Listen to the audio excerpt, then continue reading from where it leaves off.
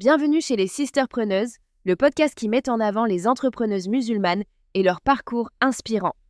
Ici, on donne la parole aux femmes qui osent et qui construisent leur réussite tout en restant alignées avec leurs valeurs. Aujourd'hui, j'ai le plaisir d'accueillir une nouvelle invitée qui va nous partager son aventure entrepreneuriale, ses défis, ses réussites et ses conseils pour toutes celles qui rêvent de se lancer. Installe-toi confortablement, prends de quoi noter si besoin et laisse-toi inspirer. On commence.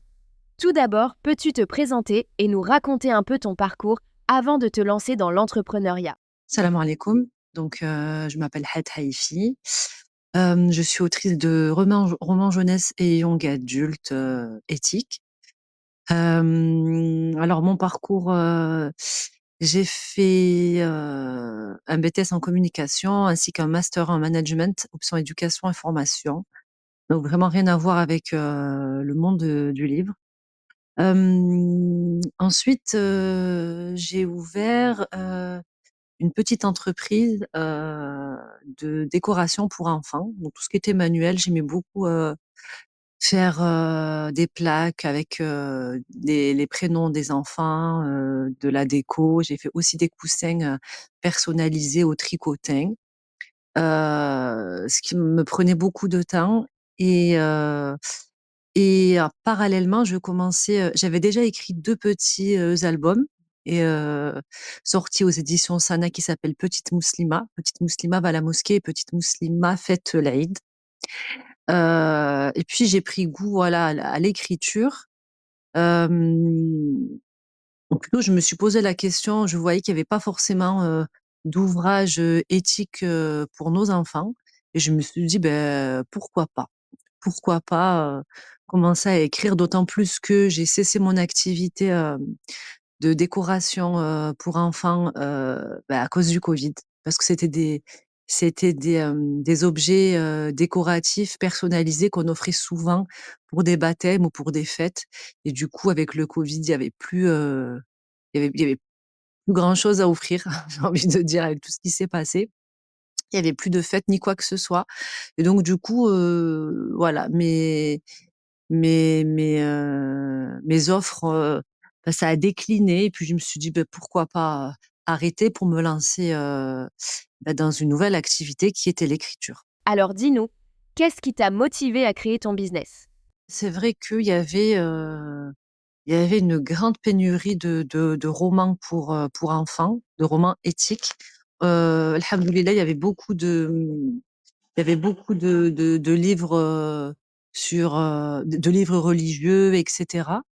Mais c'est vrai que de livres, on va dire des livres divertissants, pas forcément. Et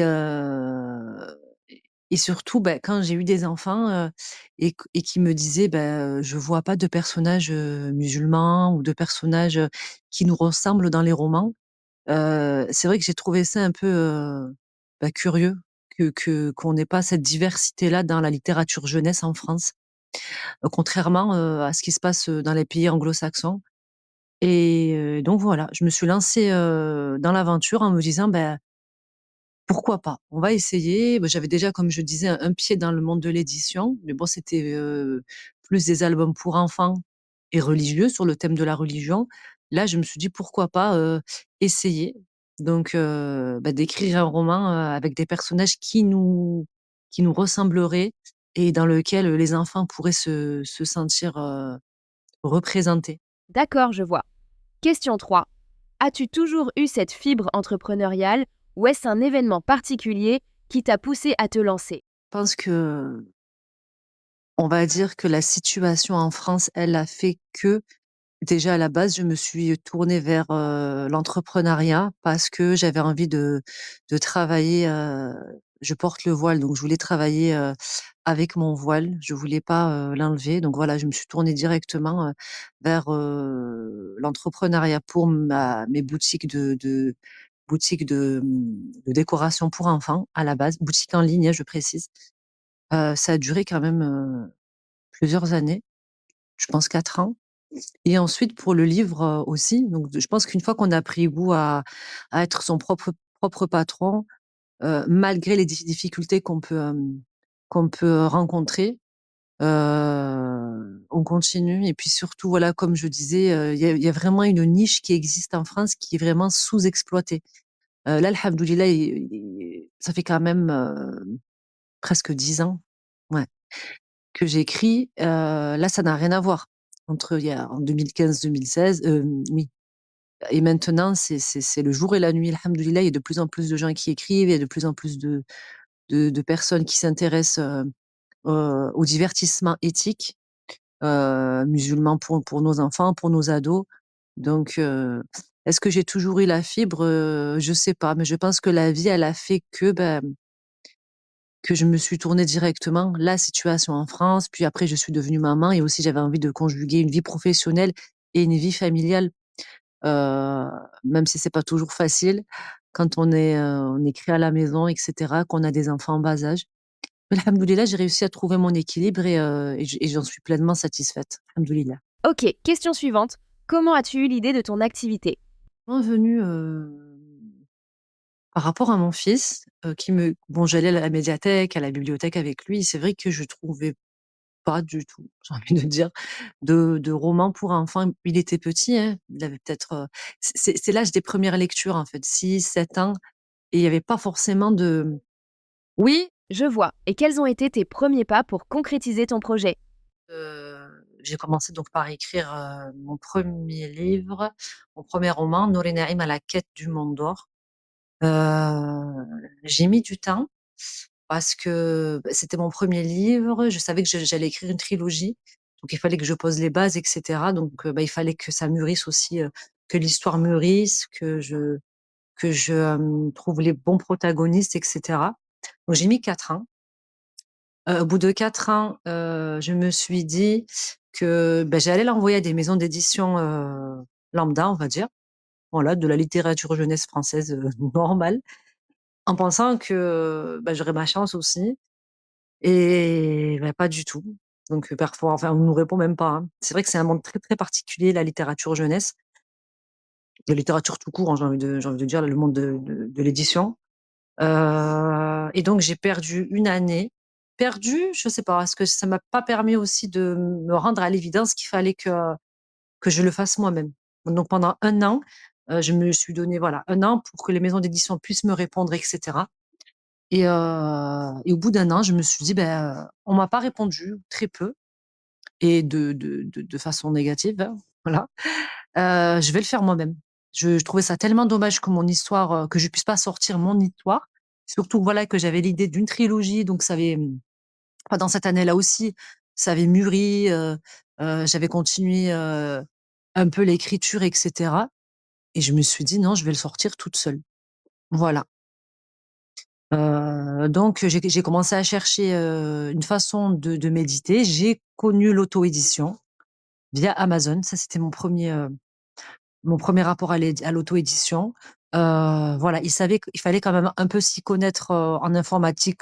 Rien de très extraordinaire, hein, mais bon, pouvoir, s'occuper de sa propre mise en page, télécharger son livre au bon format, faire sa couverture, sa première, sa quatrième de couverture, voilà, tous ces petits trucs qu'on apprend, en fait, au fur et à mesure. Et voilà, je me suis dit: «Pourquoi pas?» et je me suis lancée pour mon tout premier roman.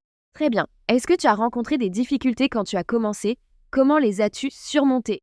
Bien sûr, j'ai rencontré des difficultés, bah, déjà ne serait-ce que pour, l'édition de mon premier roman. Donc comme je disais, voilà, je suis restée un an à attendre, des réponses, parce que c'est vrai que dans, l'imaginaire de tous, un livre, ne peut se sortir que si on passe par une maison d'édition.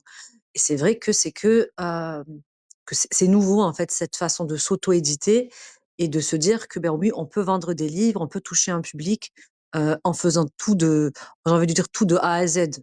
Il y a des professionnels qui existent pour nous aider à la correction, à la mise en page, bien sûr.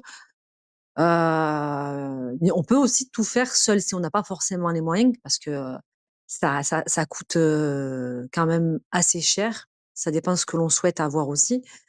Et donc oui, il y a cette difficulté, bah, de s'auto-éditer, donc de trouver une plateforme, de tout rentrer soi-même. C'est-à-dire, voilà, quand on est, quand on est novice, en informatique, télécharger, son document, le mettre aux bonnes normes, la bonne mise en page, le mettre sur la plateforme, heu, il faut avoir certains talents d'infographie, j'ai envie de dire, parce que pour l'infographie, voilà, pour faire une couverture, bon, on nous propose aussi de faire certaines couvertures, mais bon, c'est pas, via la plateforme avec des images déjà, prétéléchargées donc c'est un choix, mais bon, on n'aura pas une œuvre, on va dire, unique. C'est vrai qu'on pourra avoir peut-être la même couverture qu'une autre personne qui choisit, une couverture, déjà prétéléchargée sur le site, de d'auto-édition. Ce qui est pas la meilleure des choses, mais je pense que voilà, il y a toutes ces petites difficultés de se dire: «Voilà, je vais faire moi-même». En plus, on se rajoute du stress aussi parce qu'on a envie que ça marche, on a envie d'éditer notre livre, hem et il y a cette difficulté-là, on va dire, voilà. On va dire, il y a le côté technique qui est très compliqué. À cela s'ajoute la communication et la promotion du livre et je pense que c'est bien pire parce qu'il faut, bah, déjà avoir un réseau. Si on n'a pas un réseau, il faut se faire son réseau, sa communauté comme on dit maintenant et malheureusement, il faut avoir je pense pour moi, avoir un pied dans les réseaux sociaux. Avoir même les 2 pieds dans les réseaux sociaux. Parce que, c'est là que tout se joue, c'est le nerf de la guerre, la communication. Parce que si on fait un livre, il peut être beau, il peut être hyper bien, hyper intéressant. Si on n'arrive pas à vendre notre livre, si on n'arrive pas à communiquer sur notre livre, personne ne l'achètera, donc il va passer aux oubliettes et ce qui est bien dommage. Quand on passe des années à écrire un livre, c'est voilà, c'est très frustrant. Donc voilà, je pense que ça a été, le plus dur, mais sachant qu'ensuite moi j'ai enchaîné l'écriture, de mon deuxième roman, de la saga Nour et Naïm, et le diadème de rosée. J'ai mis à peu près 11 mois à l'écrire et voilà. En fait, le fait que j'enchaîne les romans aussi, bon, alhamdoulilah, j'avais des idées, j'avais cette envie d'écrire aussi. Je me disais de toute façon, bon, c'est vrai qu'on en était qu'aux prémices du livre musulman, du roman éthique musulman à l'époque et alhamdoulilah, d'année en année, les gens ont commencé à s'intéresser, à voir l'intérêt d'acheter ce genre de livre pour leurs enfants parce qu'on a de tout maintenant dans la littérature, il y a à boire et à manger et parfois c'est ça ne colle pas à notre éthique et très souvent même contraire à nos valeurs et le fait de pouvoir avoir ce genre de roman à proposer à ses enfants, à ses frères et sœurs, ses nièces et cetera, c'est un gage de sûreté et de qualité éthiquement parlant.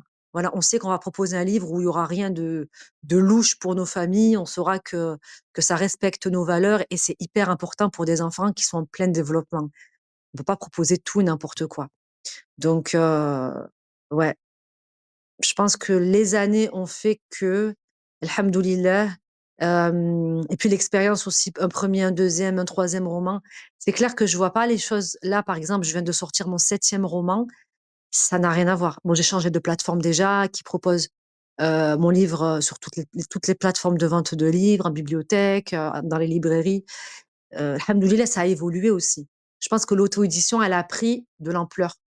Et ils ont vu que les gens n'attendaient plus autant de l'édition. Ils ont vu aussi que c'était bouché et que c'était très pistonné, en fait. Et oui, les gens ont commencé à prendre les choses en main et je pense que c'est pas plus mal. Ok, maintenant, tu peux nous parler de ce que tu proposes aujourd'hui comme produits, services, etc. Avant, donc moi je suis autrice, de romans jeunesse et young adulte. J'ai écrit 7 livres, j'ai édité, on va dire, en auto-édition 7 romans. Donc la trilogie Nour et Naïm, c'est à partir de 10 ans. Moi, je dis toujours, c'est de 10 à 77 ans. Donc c'est une trilogie, donc il y a Nour et Naïm à la quête du monde d'or. Le deuxième tome, c'est Le diadème de rosée et le troisième et dernier tome, c'est, est Le coffre secret.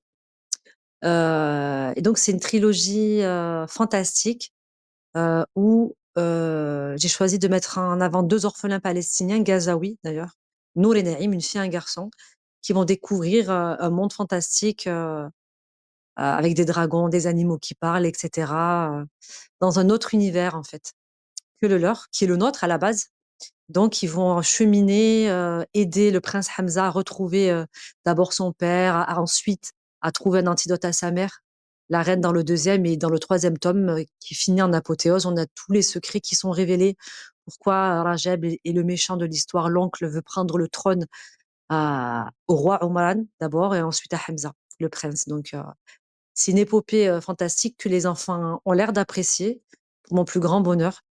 Voilà, le but c'était, et puis même à l'époque, c'était de parler de la Palestine sans savoir qu'aujourd'hui, il y aurait tout ça, en fait. Il y aurait ce drame, ce génocide, en fait, qui n'en finit pas et heu et voilà, j'ai souhaité, voilà, je suis pas du tout d'origine palestinienne, en fait, mais c'était, on va dire ma petite, participation, à au fait que voilà, je souhaitais que les enfants sachent ce qui se passait en Palestine, qu'ils connaissent la Palestine, tout en leur parlant, voilà, de 2 héros, attachants et qui leur ressemblent. Parce que voilà, mon but, c'était de mettre, 2 personnages, arabes, avec nos valeurs qui nous ressemblent et auxquelles les enfants puissent, se sentir, ils puissent se sentir proches et représenter, directement. Donc ensuite, j'ai écrit une duologie, pour mes girls et pour mes perles. Donc pour mes girls, c'est un livre feel good sur une jeune fille, une hijabi, comme on dit, qui va vivre sa vie, c'est très rigolo, c'est pas du tout, l'art moyen. Je voulais vraiment faire un truc très rigolo sur les jeunes filles, françaises qui portent, le hijab et qui vivent certaines difficultés, mais tout en essayant de voir, les choses du bon côté, on va dire, le verre à moitié plein. Donc, parce que la différence qu'on a avec les livres anglo-saxons, c'est qu'elles n'ont pas cette, cette problématique qu'on a en France d'enlever le hijab quand on va à l'école et tout ce climat que l'on a en France actuellement. Voilà.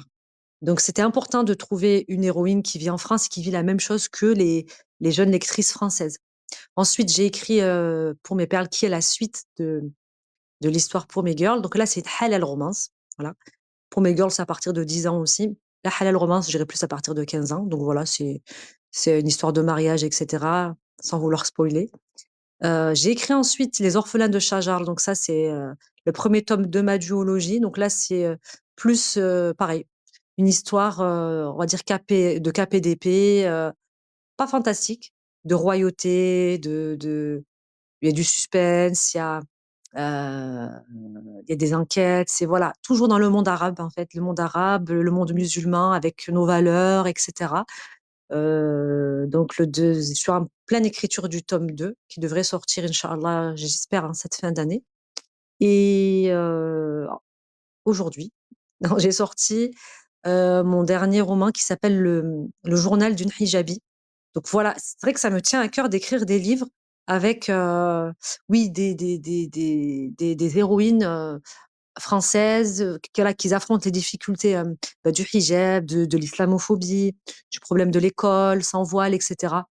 Donc voilà, c'est l'histoire d'une jeune fille qui s'appelle Amani, qui est en troisième et qui va être confrontée à un drame familial, vis-à-vis de sa mère, pour pas spoiler. Donc elle va lui écrire tous les jours dans un carnet, en lui parlant, bah, de sa vie, de ses déceptions, de ses craintes, de ses peurs, mais aussi de ses joies en famille. Très bien, dis-nous, qu'est-ce qui rend ton offre vraiment unique? Pourquoi une cliente devrait-elle te choisir par exemple? Il y a pas en fait, ce que je me dis, c'est que, on peut passer d'un livre à un autre, heu et tant mieux.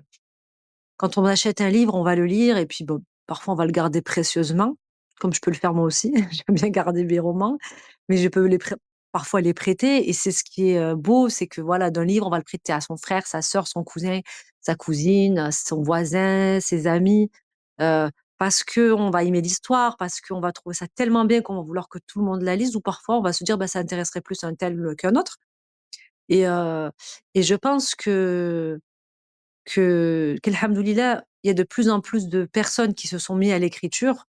Moi, comme je dis, ça fait une dizaine d'années et je vois la portée on va dire, de cet engouement aujourd'hui. C'est pas le même engouement qu'il y a 10 ans. Voilà, c'était très difficile pour moi il y a une dizaine d'années parce que voilà, comme je vous dis, je suis restée 1 an à attendre parce que je me dis: «Je pourrais jamais vendre de livres, en fait, toute seule». j'arriverai pas, je suis pas commerciale, et encore, faut être vraiment, voilà, une spécialiste du je me disais du livre ou même des réseaux sociaux ou de heureusement que j'ai fait des études dans la com, j'ai envie de vous dire. Ça m'a aidé à faire des visuels et cetera. Subhanallah, comme quoi rien ne se perd.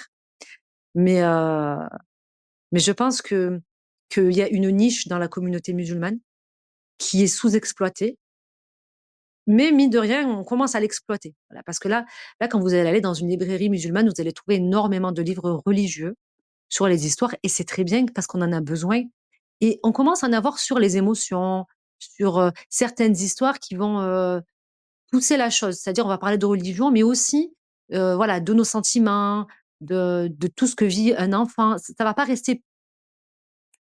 rester purement théorique ou bien ça sera pas juste une histoire d'un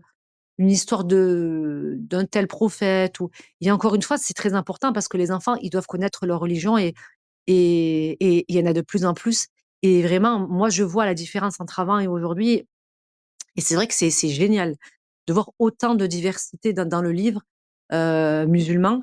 Mais ce qui restait, c'était voilà, un li des livres, éthiques seulement pour le divertissement. C'est-à-dire qu'il y a pas forcément, on va dire il y a pas forcément quelque chose de religieux à la base. C'est pas des livres qui sont religieux, mais c'est des livres qui portent en eux la religion, puisqu'ils sont éthiques, ils ont toutes les valeurs que l'on aime et que l'on voudrait transmettre à nos enfants. Donc c'est super important. Je dis souvent, on fait super attention à ce que nos enfants vont regarder à la télé ou bien sur leur téléphone, etc. Mais quand il s'agit de livres, il y a beaucoup de parents qui laissent faire. Comme si les livres, c'était tout, comme si c'était dans un monde de bisounours. Tout le monde il était beau, tout le monde il était gentil, alors que pas du tout. Et surtout là, en ce moment, il y a un gros boom des livres, young adultes et il y a à boire et à manger.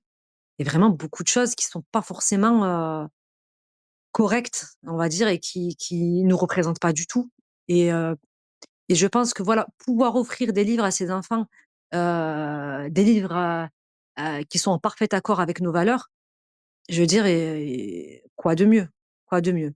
Mais mais voilà, concernant la question, il y a pas d'offre, on va dire spécifiquement pour mes livres à moi.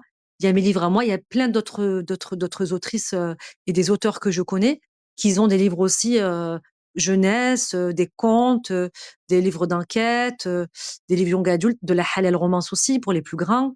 Donc je trouve ça génial que maintenant il y ait de plus en plus de romans et alhamdoulilah, voilà. Franchement, c'est top pour nos enfants, même pour nous. Voilà, il y a des romans adultes, éthiques et ça, c'est vraiment, super, quoi. Est-ce que tu as une anecdote ou un retour client qui t'a particulièrement marqué depuis que tu es dans ce projet? Savoir que moi, j'écris pour la jeunesse, donc à partir de 8 ans, certains, les bons lecteurs, parce que mon livre le plus court, il doit faire 250 pages. Oui, le plus petit, il fait 250 pages. Et mon plus gros, il fait 300, plus de 370 pages. Donc c'est pas les premières lectures, mais quand on est un bon lecteur, à partir de 8 ans, on peut le lire. Même si je dis à partir de 10 ans, mais des et il y a certaines écoles, musulmanes qui ont aussi, étudié, mes romans, ce qui m'a fait très plaisir.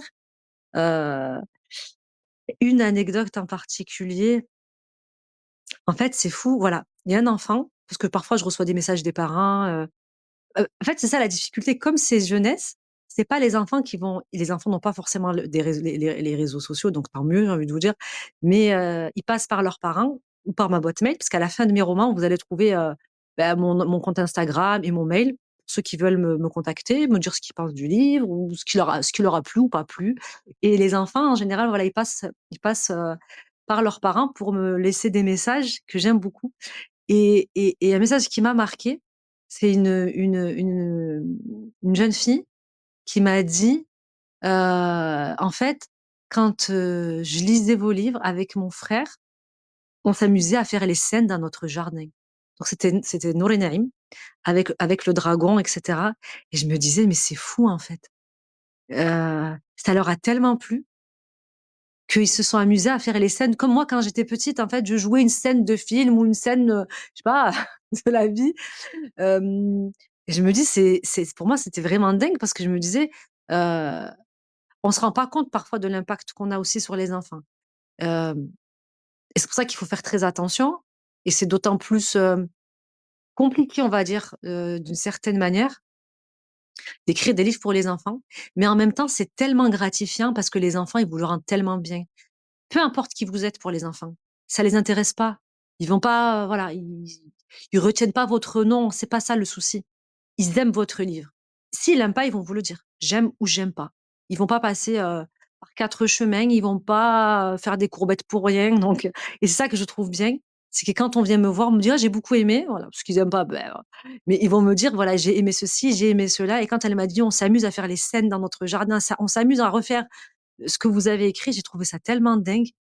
Que ça m'a marqué, ouais. C'est vrai que ça m'a marqué, entre autres choses, entre autres choses. Mais comme je dis, voilà, moi, je trouve que écrire pour les enfants, c'est vraiment bien. C'est bien, et alhamdoulilah, ils me le rendent bien. C'est-à-dire que, voilà, moi, j'essaye de leur, d'écrire quelque chose qui pourrait leur plaire, qui pourrait, les faire voyager. Il y a des enfants, en 4 heures, ils lisent mes livres, je suis impressionnée. Je dis: «Mais tu tout compris en 4 heures?» Mais je crois que même moi, si je le relis mon livre en 4 heures, j'aurais du mal. En 4 heures, ils ont des fois en 2 jours, 3 jours, ils ont fini ma trilogie. Donc c'est vrai que je suis choquée, mais je trouve ça tellement, ouais, c'est ça les enfants, je trouve ça tellement beau, en fait. Ouais, j'ai écrit young adulte un peu, mais je pense que, voilà, j'aime bien mon petit public, mes petits lecteurs comme je les appelle, et je trouve ça très touchant. Vraiment, je trouve ça super d'écrire pour les enfants. Comment gères-tu ton activité au quotidien? Organisation, priorité, etc. On va appeler ça une routine d'écriture. En fait, ça dépend de mes romans. Bon, le premier, comme je vous ai dit, Nour Naïm, le premier, j'ai mis 4 ans parce qu'il fallait que ça mûrisse, et puis j'avais ma fille, elle avait, 2 ans à l'époque, donc c'était pas la même chose. Une fois que mes enfants, ils étaient scolarisés, j'écrivais tous les jours, parfois matin et après-midi, mais en général toutes les après-midi. Donc c'est vrai qu'il y a des romans, voilà, j'ai mis 11 mois, ensuite, 9 mois, certains 4 mois à les écrire. Et là, c'est vrai que je tourne autour de, allez, 7-6 mois pour écrire un roman parce que, voilà, j'ai ma routine, et je suis plus autrice, architecte, on va dire. On a cette expression de dire architecte ou jardinière. Architecte, c'est, je prends un petit carnet, je vais noter toutes, les idées que j'ai d'abord, et ensuite je vais faire un genre de chapitrage avec les grandes idées pour chaque chapitre pour pas perdre de temps. Jardinière, c'est, on va dire, les personnes qui se posent devant leur ordi et qui elles attendent d'avoir, l'inspiration. Moi, j'arrive pas, et j'ai toujours fonctionné comme ça, et ça me va très bien, et donc voilà, en faisant ça, hem, j'aurai les grandes idées dans un carnet, je vais écrire. Et quand je vais me mettre sur mon ordi, ça va venir tout seul. Voilà, ça va venir tout seul. Mais c'est vrai que pour Les Orphelins de Shajar, mon avant-dernier roman, j'ai écrit beaucoup le soir, enfin le soir, à partir de 5 heures de l'après-midi. Je sais pas pourquoi, j'avais pas envie d'écrire la journée. Là, ce dernier, Le Journal d'une Hijabi, non, j'écris en journée et le soir aussi, mais j'écris jamais la nuit. Voilà, ce mythe de l'écrivain la nuit, à la lueur de la bougie et tout. Ah non, non, pas moi, hein. Franchement, je dors. Et ouais, j'écris, la journée sur la table de ma salle à manger, tout simplement. C'est vrai, c'est pas, je pense que chacun peut trouver, son organisation. Après voilà, une fois l'écriture, il passe à la correction. À la correction pendant un mois et demi. Pendant ce temps-là, quand je l'envoie en correction, j'essaie de m'occuper de la couverture du livre, et de la mise en page. Voilà, parce que ça rentre dans un cadre il y a des codes, on va dire, pour pouvoir, éditer son propre livre, et cetera. Et voilà, quand il revient, je refais une correction, une énième lecture, une millionième lecture, j'ai envie de vous dire encore, relecture, relecture, relecture, recorrection, et mais voilà, c'est vrai que je profite d'écrire.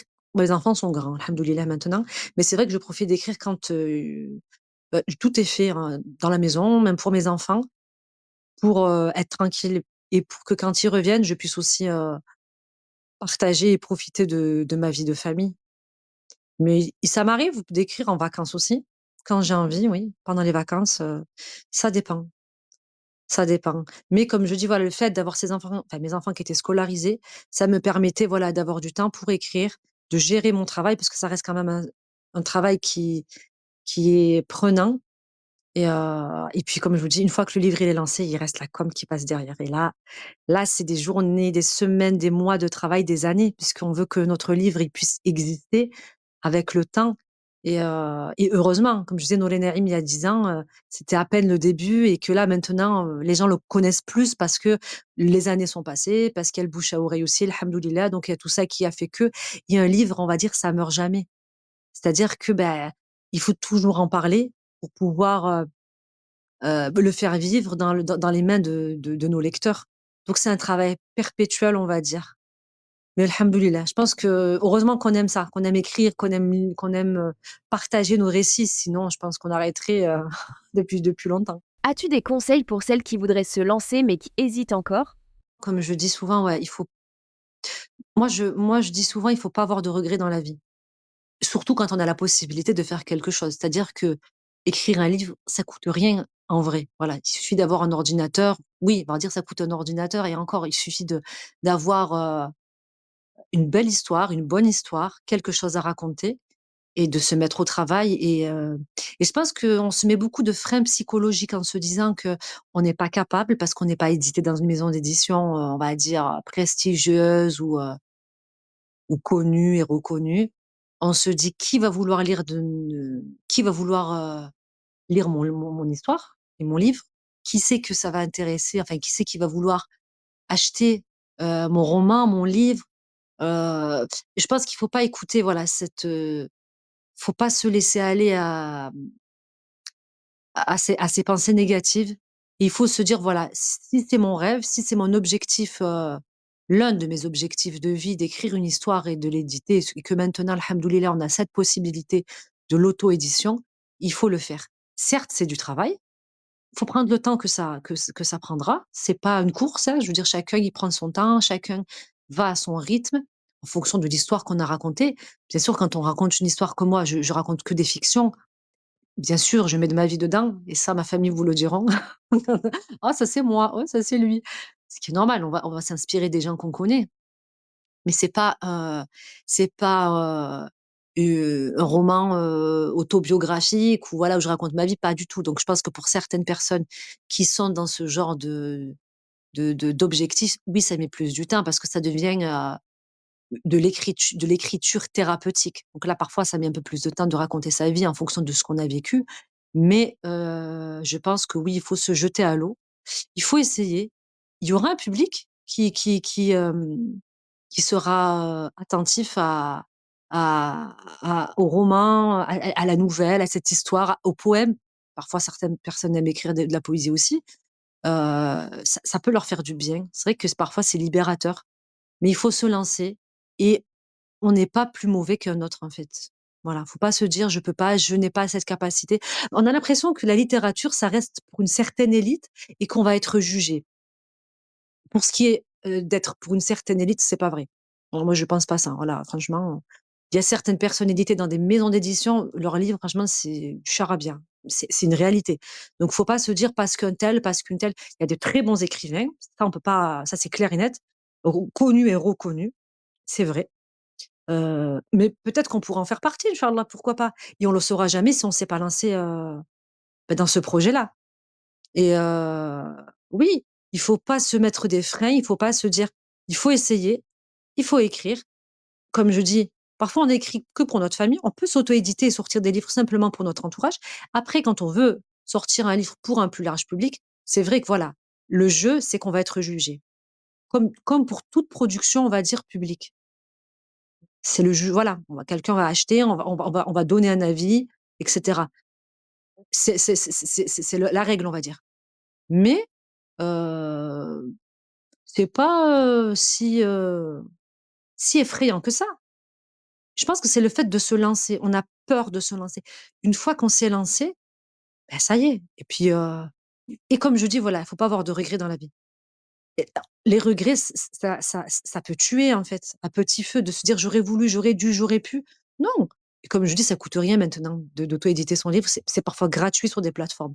Donc, voilà, il faut juste une bonne dose de motivation, une bonne histoire, se donner un peu de temps, on va dire s'aménager du temps et pourquoi pas et je vous dis franchement, le lectorat, voilà. Et c'est ça qui est beau dans les livres parce que on n'est pas concurrente, on va dire, entre nous, entre collègues d'écriture, comme j'aime appeler les sœurs qui sortent des livres, ou les frères, on est des collègues d'écriture, mais il n'y a pas de concurrence, parce qu'un livre, on va le lire, hop, on va le prêter, on va le donner, on va le vendre, on va...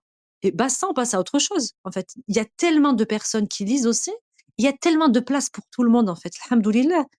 Donc, non, non, franchement, j'encourage tout le monde à écrire ce qu'ils ont envie, ce qu'ils aiment. Lancez-vous et Inch'Allah, vous le regretterez pas. Très bien. En tant qu'entrepreneuse musulmane, as-tu ressenti un manque de visibilité pour ton activité? Un peu avant. Euh, oui, il y a un gros problème de visibilité, surtout, on va dire dans la littérature musulmane, éthique. Là, c'est pas, comme je vous dis, c'est pas des livres religieux.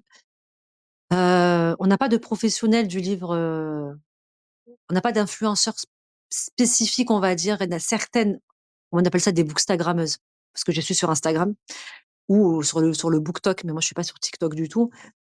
Et certaines vont partager votre livre, d'autres pas, parce que vous n'êtes pas édité dans une grande maison d'édition. On vous a pas édité tout simplement. Donc on a l'impression que votre roman vaut moins. Et on a une certaine aussi, certaines personnes, je dis bien pas toutes, hein, il y a certaines bookstagrammeuses qui, euh, qui aident, qui nous aident, nous les sœurs de la communauté musulmane en tant qu'autrices, à mettre en avant nos projets, nos livres, etc. Qu'Allah les récompense. Mais beaucoup de sœurs, malheureusement, qui travaillent avec des maisons d'édition qui sont connues, ne veulent pas partager nos livres parce qu'on n'est pas édité. Et le problème, c'est que je ne sais pas si un jour on sera vraiment édité en France. Moi, j'ai été approchée par une maison d'édition, une belle maison d'édition, et parce qu'ils avaient lu, une personne qui avait lu mes romans et elle avait eu un coup de cœur pour mon livre pour mes girls. Et du coup, donc elle m'avait pas dit qu'elle allait me l'éditer, elle voulait que j'écrive autre chose pour eux. Donc voilà, j'ai travaillé pendant plusieurs mois avec eux pour à la fin, du jour au lendemain, que tout s'arrête, quoi. Donc ben, j'en ai tiré mes conclusions, bien sûr. Mais bon, et alhamdoulilah, je me suis dit si ça s'est pas fait, c'est que alhamdoulilah, Allah, il avait ses raisons. Et puis, et je me dis qu'Allah m'ouvrira d'autres portes dans la communauté et je l'espère. Voilà. C'est vrai que je l'espère. Voilà, maintenant, c'est vrai que j'écris plus pour la communauté musulmane. Avant, je me disais, je vais écrire un peu pour tout le monde. Mais là, c'est vrai que je dis, je vais m'écrire. Voilà, j'ai envie d'écrire pour la communauté. Et je sais qu'il y a une niche et qu'on en a besoin. Mais la visibilité, elle pose toujours un problème. C'est-à-dire on est,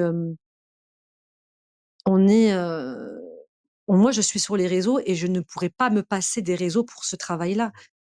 C'est-à-dire que je peux pas, en fait. Je suis obligée d'être, là, moi, je suis beaucoup sur Instagram, de poster, de partager certaines choses oui, de mes romans, de faire la publicité parce que sinon, je pourrais pas vendre, de livres, tout simplement. On connaîtrait pas mon travail et le problème, il est là. Donc c'est vrai qu'il y a tout, comme je vous disais, la communication, c'est vraiment le nerf de la guerre, quoi. On a beau écrire on peut se dire c'est le meilleur mais le meilleur livre du monde, mais si on n'a pas fait de bonne com derrière et s'il n'y a pas des personnes pour nous soutenir, alhamdoulilah, moi je vois là, j'ai sorti mon roman aujourd'hui, alhamdoulilah, je remercie toutes ces personnes qui ont partagé, que ça soit des autrices, que ça soit des maisons d'édition musulmanes aussi, que ça soit des bookstagrammeuses aussi. euh, et vraiment, ou des lecteurs, ou des lecteurs que j'ai déjà, les parents de mes petits lecteurs, comme je les appelle aussi. Et moi, comme je vous dis, c'est d'autant plus difficile parce que j'écris pour la jeunesse. Jeunesse et young adulte, donc les ados, voilà, mais c'est beaucoup jeunesse. Ils n'ont pas forcément, ils n'ont pas forcément les réseaux, et heureusement, je veux dire encore, et donc tout passe par leurs parents. Donc même pour avoir des avis sur les sites de vente, c'est les parents qui vont laisser des avis. Voilà, ça reste quand même laborieux. Parce que j'écrirais pour les adultes, voilà, je veux dire, c'est, d'être sur les réseaux où ça serait plus simple. Il me laisserait plus d'avis. Un adulte qui va acheter un livre, il a aimé, il a pas aimé, il va donner, voilà, il va aller sur les sites de vente, ça va être beaucoup plus simple et c'est ce qui fait qu'on a plus de visibilité aussi. Quand quelqu'un laisse un avis sur le site de vente, bah, votre livre, il va monter aussi. il va être plus visible, en fait, en tout et oui, c'est c'est compliqué. Mais bon, on essaye de se dire, voilà, on essaye d'avancer. Alhamdoulilah, avec le temps et et avec l'aide, alhamdoulilah, de la communauté musulmane, on avance jour après jour, petit à petit. Ok. Et quels sont tes plus gros défis à l'heure actuelle pour te faire connaître? Les plus gros défis, c'est ça, enfin, c'est de mettre en avant mes livres dans une période où voilà, les écrans, les réseaux sociaux ont pris une trop grosse place, je pense, de la vie de nos enfants, de nos ados et de remettre la lecture, au milieu des de leur vie aussi, de leurs, intérêts. C'est compliqué. C'est très compliqué parce que voilà, on sait que les enfants en bas âge, quand ils commencent à la lecture, voilà, ils vont lire certains, petits ouvrages ou ce que leurs professeurs vont leur donner à l'école et cetera. En tant qu'ado, voilà, c'est vrai que c'est plus les filles qui vont lire, c'est une réalité. Plus que certains garçons et d'autant plus aujourd'hui. Donc oui, c'est de remettre, la lecture au goût du jour et surtout pour nos petits musulmans, en fait. C'est tellement important. Comme on dit, un enfant qui lit, il sera jamais en échec scolaire. Donc et puis ça fait travailler l'imagination. Moi, je dis toujours aux enfants que je rencontre ou je dis souvent, pour moi, lire un livre, c'est comme regarder la télé, mais en mieux.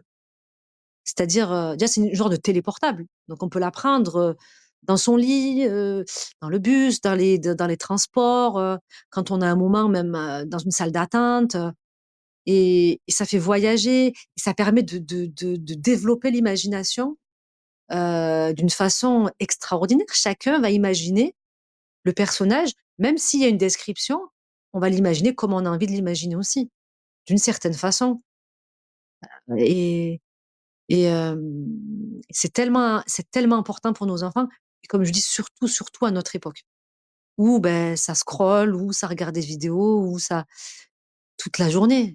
Voilà, il faut un temps, je pense, il faut pouvoir adapter un temps parce que oui, on vit avec, cette modernité-là, qui sont les écrans et cetera. Mais il faut pouvoir revenir aussi à des choses plus simples et des choses aussi nécessaires qui sont la lecture, subhanallah et qui permettent aussi, voilà, un bon développement de l'enfant comme pour l'adulte aussi. Il y a tellement de bénéfices en fait, dans la lecture. Heu, oui, il y a que oui, bon la lecture et on va dire, qui est bien, j'ai envie de vous dire la lecture éthique, mais bon, si vous lisez une histoire, un conte où il y a rien de méchant dedans aussi, c'est pas on va parler plus pour nos ados. Il y a une certaine aussi, construction de soi-même pour les jeunes filles, qui est super importante. C'est-à-dire quand les jeunes filles, elles lisent des livres avec, une héroïne, qui met pas le hijab ou qui enlève son hijab ou qui ne rejette ses valeurs ou qui va avoir un mauvais comportement même vis-à-vis de ses parents, de son entourage, de la religion et cetera.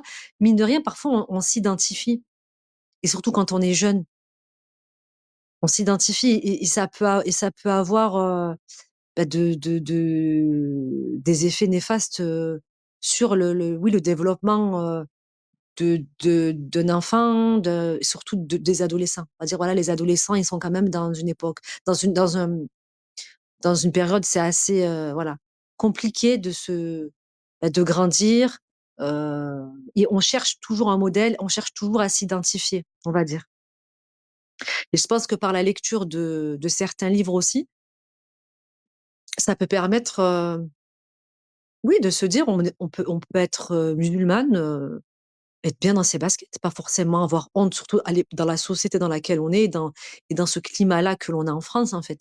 De se dire: en fait, on peut s'accepter, vivre notre vie et être bien. Pourquoi, en fait? C'est quoi le problème? Il y a des voilà, on a des héros, on a des protagonistes aussi qui sont comme ci, comme ça, qui nous ressemblent et ça nous fait du bien. C'est vrai que, alhamdoulilah, je reçois des messages, surtout pour mon livre pour mes girls au début. Ils me disaient: «Mais ça fait tellement du bien d'avoir, une héroïne qui me ressemble.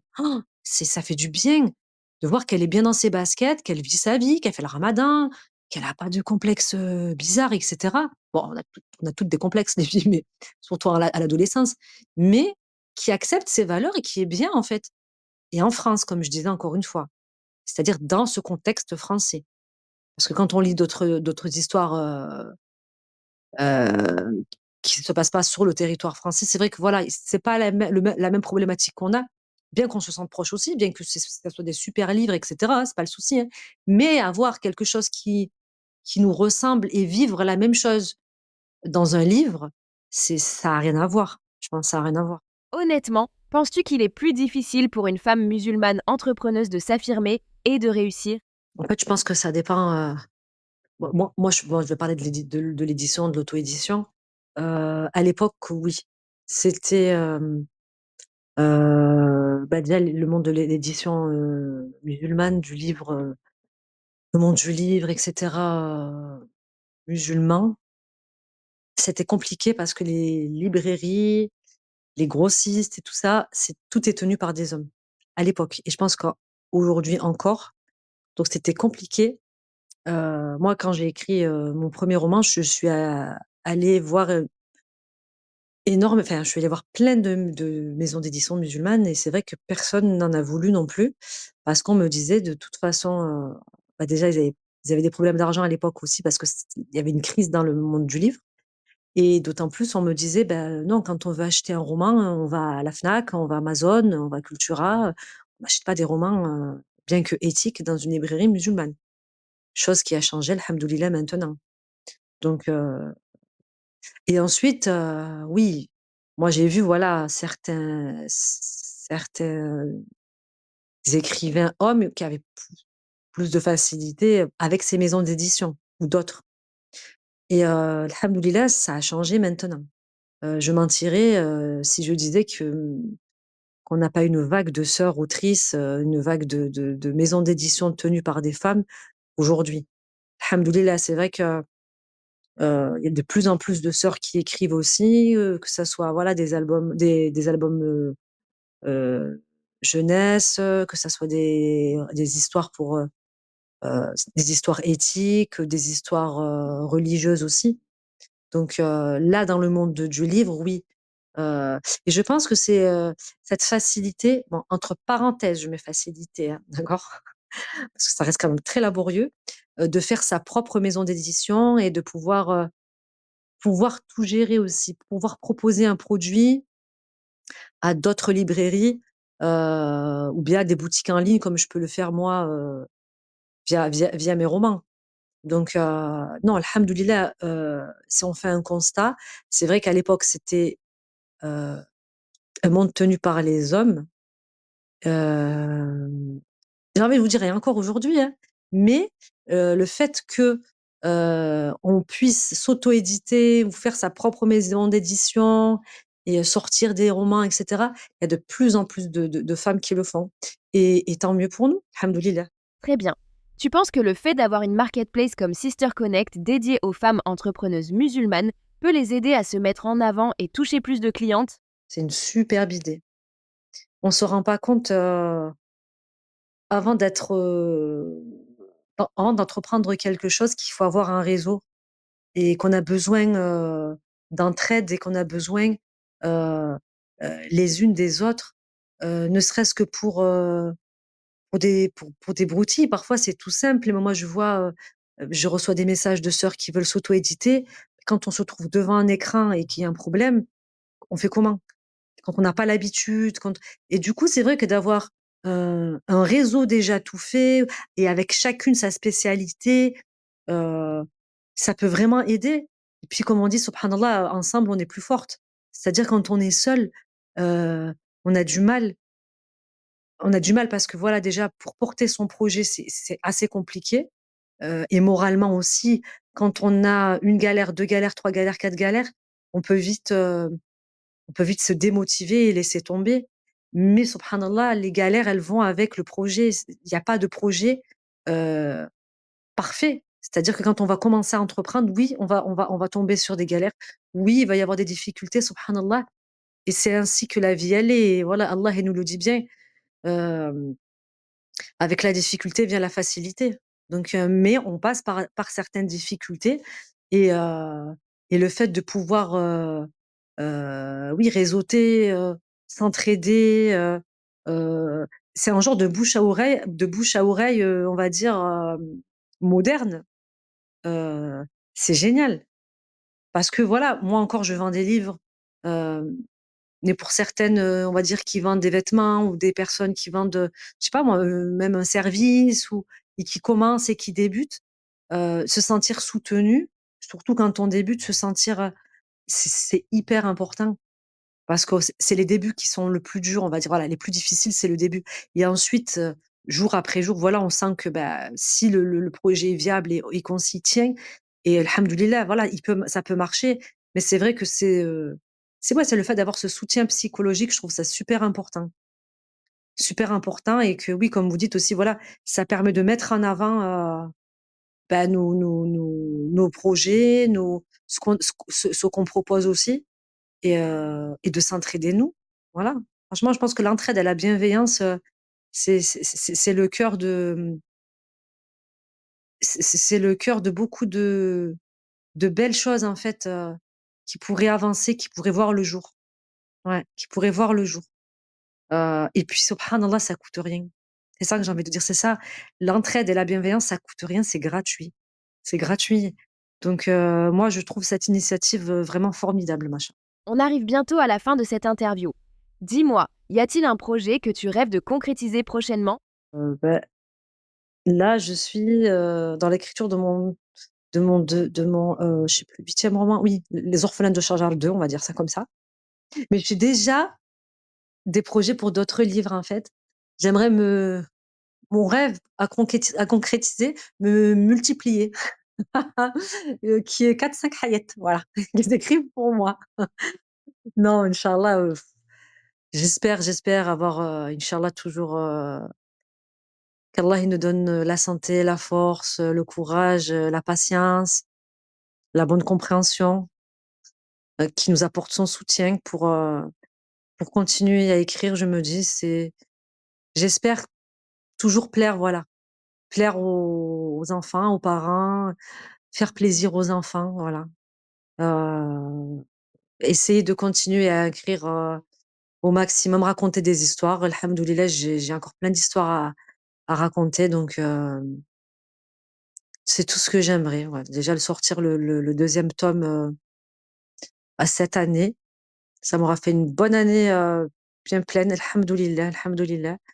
Donc ouais, non, continuer, à écrire mais non, c'est vrai, j'aurais un rêve mais pas concrétiser moi-même parce que je pense pas en être capable. Mais faire un grand salon du livre, pour les autrices musulmanes. J'avais fait un petit salon il y a quelques années, vraiment un tout petit salon, je m'étais lancée et cetera.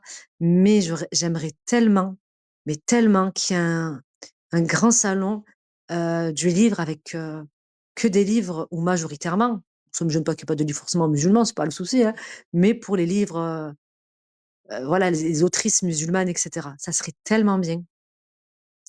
On mérite aussi d'avoir notre salon du livre, comme tous les autres. On mérite. C'est vrai que j'aimerais beaucoup. Voilà, je lance une bouteille à la mer aux organisateurs et il y aurait du monde, hein. Il y aurait du monde parce qu'il y a beaucoup de sœurs qui écrivent là de plus en plus. Ça se ferait en région parisienne, je pense. Moi, j'habite pas à Paris, mais moi, le salon que j'avais fait, je l'avais fait à Paris. Et c'est vrai que, ouais, un beau salon du livre, inch'Allah, ça serait top. Et tu as réfléchi un peu? Tu as une idée où tu te vois dans 1 an et dans 5 ans? Dans un an, je me dis: «J'espère sortir, le tome 2 des Orphelins de Charjar et me mettre à écrire le livre, auquel je pense déjà là, inch'Allah. Mais dans 5 ans, c'est trop loin. Ça 5 ans, je sais pas. Est-ce que j'aurais écrit une dizaine, une quinzaine de livres? Allahu a'lem. Est-ce qu'il y aura eu ce big salon du livre auquel, j'aurais été invitée et auquel j'y serais allée avec, grand plaisir? Inch'Allah, tu vois? J'espère que le livre prendra plus de place, qu'il y aura des salons, voilà, avec des sœurs, et des frères aussi, du monde, du livre musulman. J'espère qu'on aura une vraie place, en fait, une vraie place, visible, voilà, dans le monde du livre en France. Alhamdoulilah, on a de plus en plus de poids, je pense, mais encore plus. Ouais, encore plus. Et j'espère qu'il y aura encore plus de petits lecteurs qui apprécieront, mes livres et les livres de toutes mes autres collègues, écrivains, inch'Allah. Voilà, nous sommes arrivés à la fin de cette interview avec cette dernière question. Alors, si tu pouvais envoyer un message aux sisters, vendeuses ou acheteuses, pour les convaincre de nous rejoindre sur la marketplace de Sister Connect, que leur dirais-tu? Je leur dirais, bah, c'est un bon moyen de partager, heu, notre expérience, de partager, nos nos soucis aussi, de partager nos idées, de partager, heu, nos projets, ce qu'on a envie de faire, comment.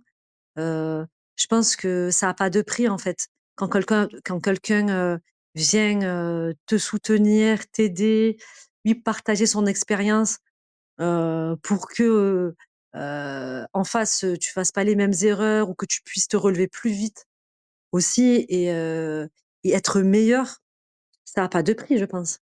Ça a pas de prix. Comme je disais, voilà, à un on va plus vite, à 2 on va plus loin, en fait. Et c'est vrai qu'à 2 ou à plusieurs, hein, on va plus loin. C'est que seul, oui, on va avancer vite, mais combien de fois on va tomber? On va tomber, on va se relever, on va tomber. Est-ce qu'on va se relever encore? Parce que c'est quand même compliqué quand on fait un projet. Est-ce qu'on a la capacité physique? Est-ce qu'on a la capacité, psychologique aussi? Ça, c'est long, parfois c'est subhanallah. Et puis on est une communauté, subhanallah, on est une oumma. Une oumma, ça se soutient. Une oumma, ça ça partage, beaucoup de choses ensemble. Et heu et et l'entraide, c'est comme je disais, c'est vraiment quelque chose de primordial. Et pouvoir communiquer, pouvoir s'entraider, ne serait-ce que parfois que pou par un petit message où on a besoin de quelque chose, un questionnement ou comment faire ceci, comment faire cela.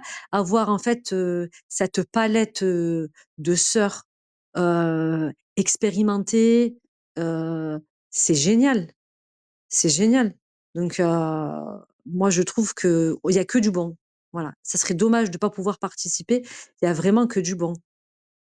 Parce que, on peut pas quand on est seul face à son problème ou face à un projet et qu'on n'a pas forcément, toutes les clés en main pour avancer, beh, il suffit d'une seule personne pour nous aider et nous redonner, j'ai envie de dire même espoir et nous faire avancer ou essayer de trouver subhanallah cette solution. On se dit subhanallah, Allah il va nous envoyer une personne qui va nous aider, qui va nous faciliter et ça peut passer par la plateforme, par la marketplace de Sister Connect. Subhanallah, qui sait? Donc non, moi j'invite vraiment, toutes les sœurs à y participer, auquel cas elles peuvent en profiter elles ou, enfin en faire profiter quelqu'un d'autre. Voilà, c'est que du bénéf, je trouve. Voilà, c'est fini. J'espère que cet épisode t'a motivé et t'a donné des clés pour avancer dans ton propre parcours. Si tu as aimé cette conversation, pense à la partager autour de toi pour soutenir nos entrepreneuses et aider d'autres sœurs à découvrir leur potentiel. Et si toi aussi tu veux donner plus de visibilité à ton activité et rejoindre une communauté bienveillante, n'hésite pas à nous rejoindre sur Sister Connect. Merci encore pour ton écoute et on se retrouve très bientôt pour un nouvel épisode des Sisterpreneuses.